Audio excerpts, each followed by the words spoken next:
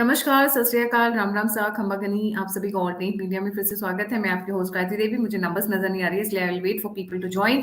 और जो लोग जुड़ रहे हैं, जो हमारे साथ इस वक्त एसोसिएट हो रहे हैं, please don't forget to like, subscribe and share the alternate media. हम ढूंढ ढूंढ कर आपके लिए इंपॉर्टेंट खबरें लेकर आते रहते हैं, जैसे आज लेकर आए हैं। अमित शाह बैंड बजाते रहेंगे, करप्शन वालों की बैंड बजाते रहेंगे, और संजय मिश्रा बैंड बजाते रहेंगे। कुछ इसी टॉपिक के साथ डॉक्टर आशीष हांडा, हम मेरे बड़े भाई की तरह वापस जुड़ गए इस मुद्दे पे। और आज बड़ी अच्छी कुछ खबरें आई हैं, चंद्रयान की भी सभी को शुभकामनाएं। ओवर टू यू आशीष भाई जी। गायत्री जी, आपको ऑल्टरनेट मीडिया के सभी प्यारे प्यारे दर्शकों को मेरा यानी डॉक्टर आशीष का प्यार भरा नमस्कार। गायत्री जी, ये तो हम सबको पता है कि भ्रष्टाचार पे प्रहार बार बार होगा और हर बार पिछली बार से ज्यादा घातक तरीके से वार होगा, ऐसा मोदी जी डिक्लेयर कर चुके हैं। मालूम नहीं क्यों, लेकिन इस बार तो ऐसा है जैसे 2024 का बिगुल बजने के बाद और बहुत सारी फुलझड़ियां और बहुत सारे पटाखों की आवाजें विरोधियों के कानों में पड़ने वाली हैं। ऐसा हर राजनीतिक पंडित कह रहा है कि अब फुल स्विंग में मोदी जी अब जाने वाले हैं, क्योंकि केजरीवाल जी ने कहा था ना सेमीफाइनल है। वो सेमीफाइनल में तो सबने देख लिया क्या हुआ ऑपोजिशन का। तो अब फुल स्विंग में मोदी जी तैयार हैं और भ्रष्टाचार पे वार, परिवारवाद पे, और ये जो ये जातीय समीकरण और ये सब जितना है ना, इस समय भ्रष्टाचार सबसे बड़ा मुद्दा जो है मोदी जी की नजर में आया हुआ है। ये लोग बड़ा खुश हो रहे थे कि भाई ईडी के जो डायरेक्टर हैं संजय मिश्रा जी, वो अब टाटा बाय बाय करने वाले हैं। मुद्दा क्या था कि संजय मिश्रा जी ईडी को हेड कर रहे थे फ्रॉम 2018 ऑनवर्ड्स। उनका जो एक्सटेंशन, जो टेन्योर था, वो फिनिश हुआ। उसके बाद पहली बार उनको एक्सटेंशन दिया गया 1 साल के लिए, फिर दोबारा उनको एक्सटेंशन दिया गया 1 साल के लिए। इस बार जब तीसरी बार उनको 1 साल के एक्सटेंशन के लिए जब ये प्रोसेस मूव हुआ, तो कोर्ट में चले गए कुछ लोग जो कि भारत से ईडी को भ्रष्टाचार नहीं मिटाने देना चाहते। मैं ऐसे कुछ लोगों के अगर आपके व्यूअर्स को नाम बताऊं तो वो अपने आप समझ जाएंगे कि मैं किन लोगों की बात कर रहा हूं और क्या उनका परिप्रेक्ष्य है। वो जो लोग जो यहाँ पे ईडी के चीफ संजय जी के सताए हुए थे, ऐसे कुछ लोगों के नाम हैं शरद पवार, पी चिदम्बरम, हेमंत सोरेन, अनिल देशमुख, फारूक अब्दुल्ला, अमर अब्दुल्ला, महबूबा मुफ्ती, सेंथिल बनर्जी और पार्था चैटर्जी। अब आपके दर्शकों को समझ में आ गया होगा कि मैं किस जमात की बात कर रहा हूं, किन लोगों की बात कर रहा हूं, और वो क्यों सताए हुए थे संजय जी के। इसलिए वो कहती संजय जी को नहीं आना है भाई ईडी में, अब तुम इनको नहीं लेके आ सकते। उन्होंने सुप्रीम कोर्ट का दरवाजा टकटकाया और सुप्रीम कोर्ट तो बहुत दयालु है, खासकर जो पीड़ित होते हैं उनके ऊपर दया कर लेता है। तो सुप्रीम कोर्ट ने कहा जी देखो, पहले 2 बार जो आपने इसकी एक्सटेंशन दी है ना संजय जी की, दोनों बार इलीगल थी, आपको नहीं देनी चाहिए थी। और जो बेंच था it was headed by B R Gavai ji, जिनको हम पहले भी कवर कर चुके हैं। ज्यादा इससे ज्यादा कहना कोर्ट की अवहेलना होगा, आपके व्यूअर्स समझदार हैं। खैर any how, in the best of national interest, quote unquote ध्यान रखने वाली बात है, in the best of national interest उनको सिर्फ 15 सितंबर तक की हम एक्सटेंशन दे सकते हैं। चलिए कोई बात नहीं, 15 सितंबर तक की दे दीजिए। वहां मोटा भाई को तो थोड़ी सी मोहलत मिले, उनको अब हल्की सी जगह दीजिए तो वो तो पूरा अपने लिए जगह बना ही लेते हैं। अब क्या हुआ, अब एक नया पटाखा छोड़ दिया मोदी जी और शाह जी की जोड़ी ने। वो पटाखा क्या था कि एक सीआईओ, सीआईओ बोले तो चीफ इन्वेस्टिगेशन ऑफिसर की पोस्ट क्रिएट की जा रही है। अब आपके दर्शक सोचेंगे अब ये सीआईओ क्या बला है। भाई साहब, सीआईओ को समझना है तो आपको समझना पड़ेगा कि जैसे 2019 में मोदी सरकार ने सीडीएस नाम की पोस्ट तैयार की थी। सीडीएस बोलते हैं चीफ ऑफ डिफेंस स्टाफ, यानी जो तीनों आर्म्ड फोर्सेस के चीफ थे, उन तीनों के ऊपर इन सीडीएस साहब को बिठा दिया गया। Now he is the controlling authority of all of them. इसी तरीके से एनएसए, नेशनल सिक्योरिटी एडवाइजर, ये पोस्ट क्रिएट की गई। अच्छा, जहां पे तीनों सर्विस हेड मैंने बताया सीडीएस को रिपोर्ट करते हैं, तो वहां एनएसए को कौन रिपोर्ट करते हैं? दोनों इन्वेस्टिगेटिव एजेंसीज जो इंडिया की टॉप की है, by the name of intelligence bureau IB and research and analytical wing raw RAW। अब आपके दर्शक समझ गए होंगे कि जैसे ये कंट्रोलिंग पावर्स बना दी गई, एक CDS बना दिया गया, एक NSA बना गया, इसी तरीके से अब CIO बनाने का खांचा पूरा तैयार हो गया है, चीफ ऑफ इन्वेस्टिगेटिंग ऑफिसर। अब इसको कौन रिपोर्ट करेगा? ये भगाना चाहते थे ईडी से संजय जी को, और सेंट्रल गवर्नमेंट क्या कहती है कि जो CIO की पोस्ट हम तैयार कर रहे हैं, इसको रिपोर्ट करेंगे ईडी के हेड और CBI के हेड। यानी जहां खाली EDI, इसका खाली ईडी संजय जी के हाथ में थी तो वो परेशान हो रहे थे, तो अब ऐसा सुनने में आया है, पुख्ता इस तरह की न्यूज आ रही है कि CIO की पोस्ट जो है वो क्रिएट कर दी जाएगी 15 सितंबर से पहले पहले, जो कि संजय मिश्रा जी के टेन्योर पूरा होने की डेट है। और मोस्ट प्रोबेबली इंडिया का जो फर्स्ट CIO है वो भी संजय जी को ही अपॉइंट किए जाने की तैयारी लगभग पूरी हो गई है। अब जहां पे इससे उन लोगों के मन में खुशी की लहर है जो इस देश से भ्रष्टाचार को भगाना चाहते हैं, वहीं पे उन लोगों के मन में खलबली मची हुई है जो पहले ही खुद को ईडी और CBI का सताया हुआ बताते रहते हैं कि भाई हमको विक्टिमाइज किया जा रहा है, ऑपोजिशन पार्टीज को इससे डराया धमकाया जा रहा है। But at the same time इसका प्ली क्या है हमें वो भी समझना पड़ेगा, क्योंकि सिर्फ ये नहीं है कि मोदी जी के मन में आया, अमित शाह जी ने एक कप चाय पीते हुए फैसला लिया और ऐसा कर लिया ना। आपने देखा होगा आपके व्यूअर्स ने कि फॉर एग्जांपल मैं अभी दिल्ली का ही केस लूं, क्योंकि आप मुझे आप स्पेशलिस्ट कह के कई बार संबोधित करती हैं, तो हमने देखा कि जहां पे आपके नेताओं को, सत्येंद्र जैन हो, मनीष सिसोदिया हो, हम कभी सुनते हैं कि उनको ईडी ने इन्वेस्टिगेशन के लिए बुलाया, कभी सुनते हैं CBI ने बुलाया, फिर हम सुनते हैं ईडी ने उनको अरेस्ट कर लिया, लेकिन वो तो ऑलरेडी CBI की कस्टडी में थे, तो ईडी ने कैसे अरेस्ट कर लिया? यानी ये जो दो इन्वेस्टिगेटिव एजेंसीज हैं, ये दोनों काम तो अलग अलग करती हैं, बट एट टाइम्स ऐसा देखा गया है कि ये दोनों का काम आपस में इंटरमिंगल हो जाता है, आपस में टेंगल अप हो जाता है। उसकी वजह से कई बार केस जल्दी भी सुलझ जाता है कि इसने सबूत उसको दे दिए, उसने सबूत हैंडओवर इसको दे दिए, लेकिन कई बार ऐसा होता है कि वो केस अटक भी जाता है कि एक एजेंसी कहती नहीं जी हमने रिमांड पे लिया हुआ है, अभी तुमको इसकी रिमांड नहीं मिलेगी, अभी हम इन्वेस्टिगेशन कर रहे हैं, अभी हमारी इन्वेस्टिगेशन में बाधा पड़ेगी। इस तरह के इंस्टेंसेस आपस के परस्पर कन्फ्लिक्ट के भी कई बार देखने में आए हैं, और ऐसा देखा गया कि एक्चुअली जब इनका एनालाइज किया गया कि ईडी क्या क्या कवर करती है और CBI क्या क्या कवर करती है, तो इनका पर्टिकुलरली रोल क्या है, जब उस चीज को समझने का कोशिश किया गया तो पता चला कि जो ईडी है it comes under the department of revenue of union ministry of finance, और जो CBI है it comes under the ministry of personnel public grievances and pension. इन दोनों का जो आपस में काम है वो कई बार इस तरह से मिक्सिंग में हो जाता है कि जहां पे वो ईडी जो है प्राइमरली फाइनेंशियल फ्रॉड्स और मनी लॉन्ड्रिंग और इस तरह की चीजों को ही ज्यादा देखती है, लेकिन जो CBI है उसका प्रीव्यू थोड़ा बड़ा है, वो करप्शन को देखती है। अब करप्शन हुई तो करप्शन किस माध्यम से हुई?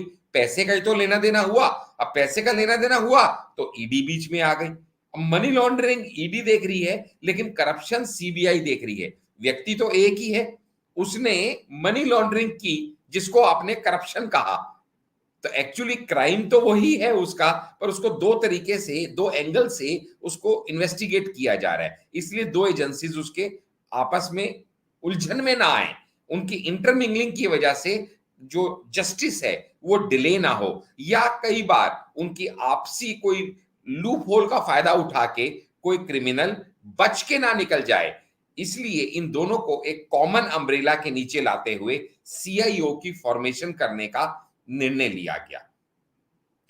गायत्री जी, आपके बहुत सारे व्यूअर्स के मन में एक सवाल आ रहा होगा, इनफैक्ट सच कहूं तो जब तक मैंने इस टॉपिक पे रिसर्च नहीं की, मेरे मन में भी एक सवाल आ रहा था कि आखिर जब ऑपोजिशन वाले इतना हल्ला कर रहे हैं संजय मिश्रा जी की अपॉइंटमेंट की एक्सटेंशन को बार बार करने के लिए, तो ऐसे में क्या वजह है कि सेंट्रल गवर्नमेंट इस जिद पे अड़ी है कि नहीं, संजय मिश्रा जी कितने लायक हैं, कितने काबिल हैं हम जानते हैं, हम इनको जल्दी से छोड़ेंगे नहीं, इनको एक्सटेंशन देते चले जा रहे हैं।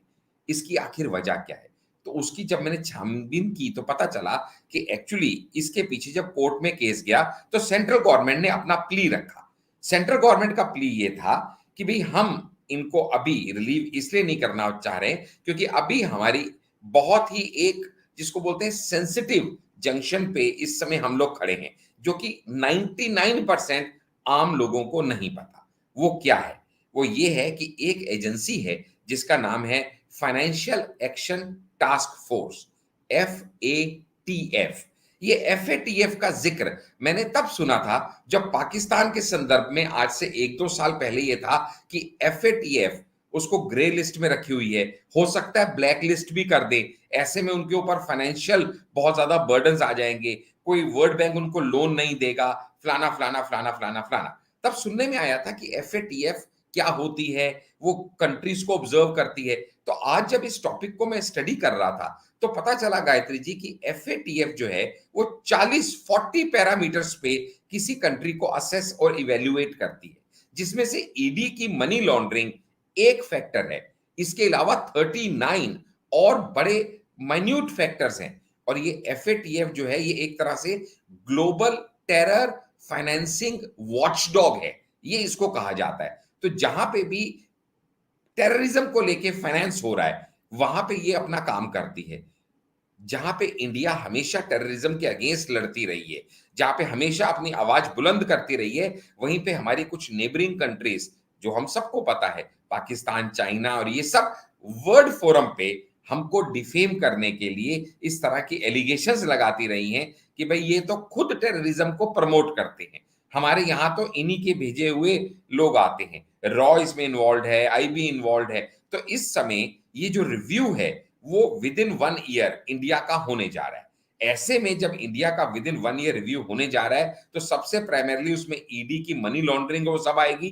तो जितने बड़े बड़े केसेस को इस समय संजय जी देख रहे हैं वो उसको क्रैक कर रहे हैं, ऐसे में उनको इस समय रिलीव करना इंडिया के लिए डेट्रीमेंटल हो सकता है, लेकिन उन सब फोर्सेस के लिए जो एंटी इंडिया नैरेटिव सेट करती हैं उनके लिए ये बहुत ही फायदे की बात हो सकती है कि एक संजय जी जैसा कर्मठ व्यक्ति, सच्चा व्यक्ति अगर रास्ते से हट जाएगा तो ऐसे में इंडिया को ग्रे लिस्ट में डलवाना उनके लिए बहुत आसान, इजी टारगेट हो जाएगा। और ये बात सेंट्रल गवर्नमेंट मोदी जी और शाह जी के नेतृत्व में जानती है। इसीलिए अब चाहे कुछ भी हो जाए कम वट में, चाहे कोर्ट हमारा साथ दे ना दे, हमारा पर्सपेक्टिव समझे या ना समझे, लेकिन सेंट्रल गवर्नमेंट ने ये कसम खा रखी है मोदी जी के नेतृत्व में कि हम करप्शन को भगा के रहेंगे। इसके लिए चाहे हमें CIO की अपॉइंटमेंट करनी पड़े। और सबसे बढ़िया बात पता है क्या गायत्री जी, जहां CIO को रिपोर्ट करेंगे ईडी और CBI के चीफ, वहीं पे ये खुद किसको रिपोर्ट करेगी? ये रिपोर्ट करेगी सीधा PMO को। जो CIO है वो सीधा PMO को रिपोर्ट करेगा and he will be of the rank of secretary to the government of India.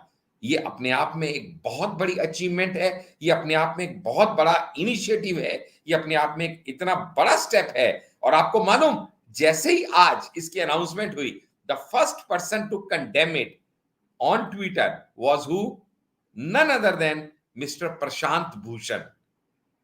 प्रशांत भूषण जी सबसे पहले निकले इसको कंडेम करने के लिए। यानी वो पूरा का पूरा जो कबाल है ना, वो आप देख पाएंगे कि कौन करा रहा है, कौन चिल्ला रहा है, कौन पकड़ा जा रहा है, कौन हल्ला मचा रहा है, कौन डेमोक्रेसी खतरे में है। और अभी कल से देखना, ये आज तो आपने एकदम गरम गरम न्यूज पकड़ ली है, अभी तो बहुत से लोगों को ये न्यूज पता नहीं है। कल से अब ये सारे मीडिया में आनी शुरू हो जाएगी कि मोदी जी ने अपने चहेते को ईडी से हटने से पहले यहां बनाने का निर्णय ले लिया। क्यों? क्योंकि उनको अपनी मनमानी चालू रखनी है। वो कभी ये नहीं कहेंगे कि इंडिया को ग्रे लिस्ट में नहीं पड़ने देने के लिए मोदी जी ने ये स्टेप उठाया। वो कभी सही चीज जनता के बीच में आने नहीं देंगे, बिकॉज वो फॉल्स प्रोपोगेंडा स्प्रेड करने के लिए ही पेड है, उसी के लिए उनकी एग्जिस्टेंस और उसी के लिए उनका वजूद है। ये बात अब इंडिया की जनता भी समझ चुकी है। आपके और मेरे माध्यम से आम आदमी भी आज ये समझने लगा है। तो गायत्री जी, हम सबको लगता है कि ऐसे बहुत सारे मास्टर स्ट्रोक अभी सेंट्रल गवर्नमेंट और चलने वाली है 2024 से पहले, और बहुत सारे पटाखे अभी फूटने वाले हैं। But it is a very good step, very concrete step, and very well deserved person is going to be appointed as the first CIO of India. Over to you, Gayatri ji. कहाँ बेचारे रो रहे थे कि वो ED के director हैं, ED के director हैं, ईडी के डायरेक्टर हैं, हटाओ इन्हें ईडी के डायरेक्टर से। अमित शाह जी ने कहा अच्छा तुम्हारी मांग पूरी करता हूँ, लो रुको तुम लोग, हटा भी दिया, सुप्रीम कोर्ट की बात रह गई और अपनी भी उसके ऊपर। दैट इज व्हाई दे से this government is very smart, I would say very innovative in their thinking.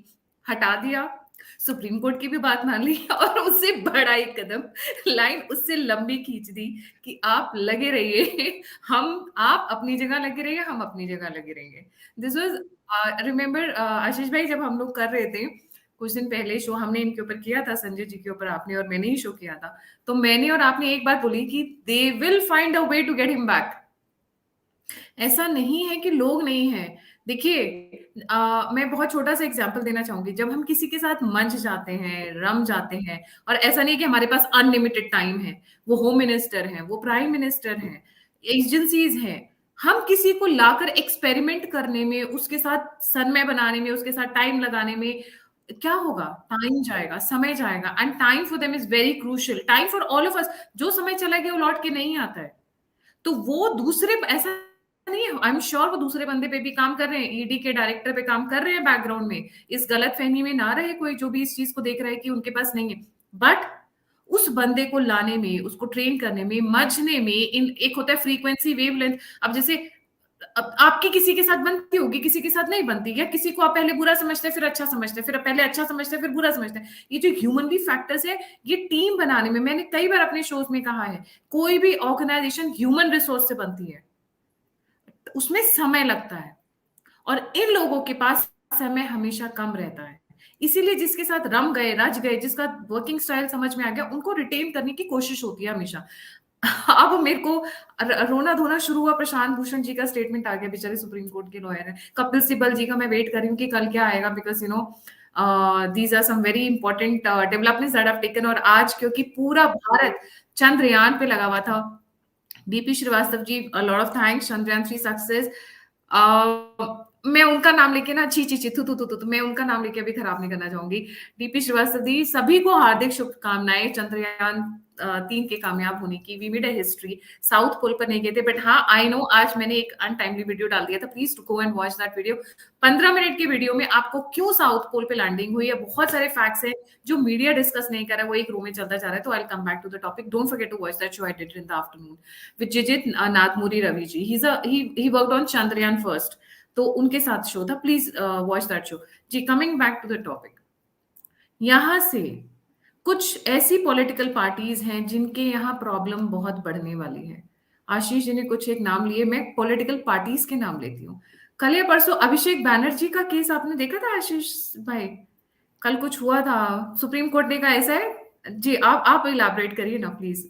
अभिषेक बैनर्जी का जो केस हुआ सुप्रीम कोर्ट में, जी आशीष भाई। नहीं, आप ही बताइए, आप ही अच्छा बता रही हैं, आप बताइए ना।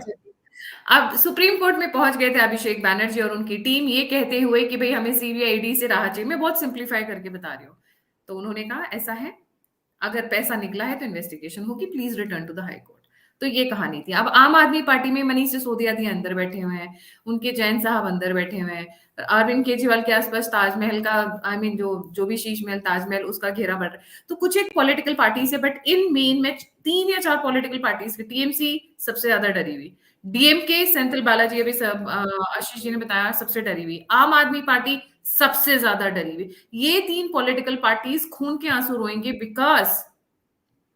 बिकॉज ईडी की सबसे पैनी नजर इनके ऊपर है। जो करोड़ों में निकल कर आ रहे हैं लोगों के घर से, सबसे ज्यादा पैनी नजर। और एक पार्टी जो बड़ी दबी सुबी से बैठी रहती है और जिसके बारे में ज्यादा बात नहीं होती है, और वो है उद्धव ठाकरे की शिवसेना और शरद पवार जी की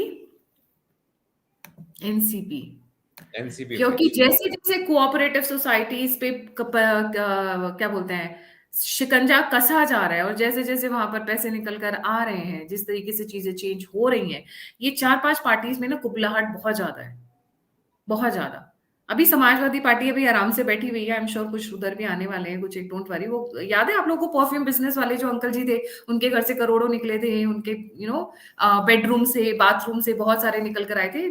आई थिंक यूपी इलेक्शंस के आसपास की बात है कुछ ऐसी। तो अभी wait and watch. Supreme court की बात भी मान ली अमित शाह जी ने, ऑपोजिशन की भी बात मान ली, और अपनी अपनी भी चला ली। This is called master stroke. Ashish भाई, आप कुछ ऐड करना चाहेंगे जी? नहीं, बस मैं यही करना चाहूंगा गायत्री जी कि ये मास्टर स्ट्रोक जो हम बार बार कह रहे हैं, ये आपके ऑडियंस को समझना पड़ेगा ये मास्टर स्ट्रोक क्यों है। मैं दोबारा चलते थे उसको एम्फेसाइज कर देता हूं कि देखिएगा, ईडी जो है वो फाइनेंशियल फ्रॉड को देखती है, ये एक पार्ट है उसका। उसके अलावा मनी लॉन्ड्रिंग देखती है, दूसरा पार्ट है। और तीसरा फेमा, FEMA, फॉरेन एक्सचेंज जो रेगुलेशंस होती हैं उन सबको देखती है। इन सब में जहां पे भी कोई भी अनियमितता पाई जाती है तो वो केस ईडी के अंडर चला जाता है, ईडी उसको इन्वेस्टिगेट करती है। लेकिन जैसे ही पता चलता है कि अब ये पैसा आया, आया तो कैसे आया, या तो मिसयूज ऑफ उसने अपना पोजीशन किया, या उसने कहीं ना कहीं कुछ रिश्वत लिया, कुछ करप्शन किया। करप्शन करते ही सीबीआई आ जाती है। अब यहां पे जब आपस में दोनों में ट्विस्ट हो जाता है तो कितनी बार केस प्रलॉन्ग हो जाते हैं, कितनी बार इधर से उधर ट्रांसफर ही नहीं होती फाइल्स की, कितनी बार बीच के विटनेस गड़बड़ हो जाते हैं, कितनी बार चीजें लूप होल से बाहर निकल जाती हैं, वो मतलब विटनेस खराब हो जाते हैं। ऐसी इन सब चीजों की वजह से जो कन्विक्ट होना चाहिए वो कई बार एस्केप होके निकल जाता है, क्योंकि इतने बड़े बड़े वकील बैठे हैं जो लूप होल बीच के ढूंढ लेते हैं कि इधर से बचना है तो इसका नाम ले दो, इधर से बचना है तो इसका नाम ले दो, एंड समहाउ मैनिपुलेट कर लेते हैं चीजों को। वो चीजों को खत्म करने के लिए ईडी और सीबीआई को एक ही अम्ब्रेला में रख दिया गया कि जब फाइनेंशियल फ्रॉड हो, मनी लॉन्ड्रिंग हो, फेमा वायलेशन हो, या फिर ये सब करने के लिए आपने करप्शन किया हो या कोई इकोनॉमिक ऑफेंस किया हो, तो ये सारी की सारी चीजें अब एक ही अम्ब्रेला के अंडर आके CIO के अंडर आ जाएंगी, who will be reporting directly to PMO। इसलिए अब बच के निकलना, बचना ए हसीनो, लो मैं आ गया, ये कहते हुए अमित शाह और मोदी जी ने जो अब करप्शन पे सर्जिकल स्ट्राइक किया ना गायत्री जी, मुझे लगता है ये देश के लिए बहुत ही उचित स्टेप है। देखिए, ये सारी चीजें ये जो अभी हुआ है उसका एक एंगल और है, एक पहलू और है, बहुत फास्ट फॉरवर्ड में मैं बताऊंगी। एक तो पहली बात, पोस्ट अपने आप में नहीं है, जिस तरीके से इसको सिस्टमेटाइज किया गया है वो बहुत अच्छा है। जो भारत में पैसा आता है, बात पैसे की सिर्फ करप्शन तक ही नहीं रहती है, क्योंकि ये पैसा कुछ ऐसी जगह पर इस्तेमाल होता है जो हमारे लिए बहुत हानिकारक है। सेफ्टी एंड सिक्योरिटी, ये जो पत्थर उठाकर फेंके जाते थे, जब डिमोनेटाइजेशन हुआ अचानक से वो पैसे वो कहाँ उड़ गए हवा में, कहाँ चले गए वो पत्थरबाज? क्योंकि सबको 500-500 रुपए, वो बच्चों को 200-200 रुपए, किसी को 1000 रुपए ये देकर कराया जाता। तो that is the money that comes in, holds lot of power. इसीलिए जो आप सिक्योरिटी की बात कर लीजिए, आप इलेक्शन को इन्फ्लुएंस करने की बात कर लीजिए, आप कन्वर्शन की बात कर लीजिए, आप टेररिज्म की बात कर लीजिए, बहुत सारे एंगल्स हैं। एंड दैट्स द रीजन, ये जो मनी आता है, कहां से आता है, कौन रखता है और कहां इस्तेमाल होता है, उसका ट्रेस रखना बहुत जरूरी हो जाता है। And that's the reason this post is very very critical and very very important. Elections is definitely one part of it, is definitely one part of it, but safety and security of the country is paramount, is most important. ये जो पैसे हैं, अगर ये अगर ऐसे लोग हैं जो भारत को तोड़ना चाहते हैं इन पैसों के बलबूते पे, जो ब्रेक इंडिया फोर्सेस है वो इन्हीं पैसों का इस्तेमाल करती है। ये लेके जो जाते हैं, ये जो यहाँ पर बांटे जाते हैं कि भाई तुम जाकर पत्थर फेंको, तुम जाकर गन चलाओ, तुम यहाँ से वेपन्स लेके आओ, तुम वहां से ड्रग्स लेके आओ, ये सारा काम कहाँ, जो जो लुब्रिकेटिंग ऑयल है या जो पावर है, जो इंजन है, वो कहाँ से आता है? सारा पैसों से आता है। और उस पैसों को जो बंदा कंट्रोल कर ले, मास्टर स्ट्रोक है वो। Thank you so much Ashish भाई फॉर ज्वाइनिंग। जाने से पहले सभी व्यूअर्स से रिक्वेस्ट है, please don't forget to like, subscribe and share the alternate media. अगर आप हमसे जुड़ना चाहते हैं, अगर आप हमको सपोर्ट करना चाहते हैं, तो सभी लिंक्स डिस्क्रिप्शन बॉक्स में। और ये बहुत क्यूट सा छोटा सा आज के लिए मुंह मीठा करो या मून मीठा करो फ्रॉम अमूल, एंड सभी को दोबारा से हार्दिक शुभकामनाएं। जय हिंद, जय भारत, हमारा भारत इसी तरह तरक्की करता रहे and we witness these proud moments every second day. ये ट्रैजेक्टरी जो हमने पकड़ी है ना, पकड़ के रखना है, इसको हाथ से जाने नहीं देना है। Be a proud Indian. इसी के साथ जय Hind. Thank you so much Ashish भाई।